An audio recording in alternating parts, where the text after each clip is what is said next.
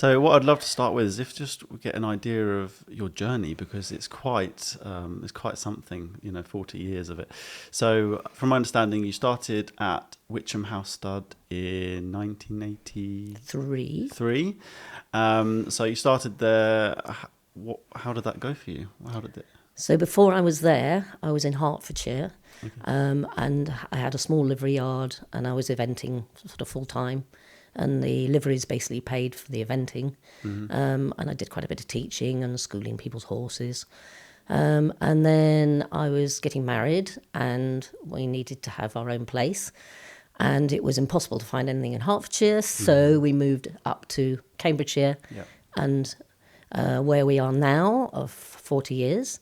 And we could buy more land, but we actually bought a barn and sort of some derelict buildings and made that into 21 stables, and the barn was converted into a house.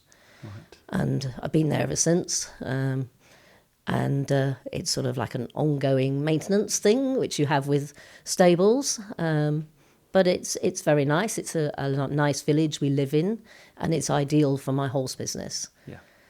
Because it's very quiet. We also live in a village, so we can actually hack the horses around the roads, which are really quiet, which is really handy. And we have neighbours and things who we all help each other, and it's a nice community in our village.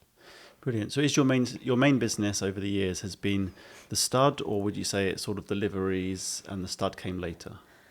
I think it's been a play it by ear Okay. all the way along, because there's times in the breeding industry when it's very difficult to sell young horses.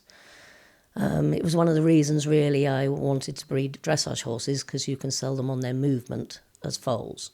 Whereas with eventers, it's hard to get them to buy them as foals. Okay. They really want something that's up and ready to be ridden. So, yes, so years that we could sell the youngsters, then we would be breeding if we knew that we had a good market. Okay. But when it looked like the market was difficult and we were accumulating too many young horses, then we'd have more liveries. Got you. Mostly we would have schooling liveries for people, so things that people are having problems with or needed starting or needed competing, then we'd do more of those. So we would interchange it really, depending on what the market was doing. Because you've got to make enough money to survive. Yes. And you've got to be able to pay your staff. Yes. But you have to understand where the market is going.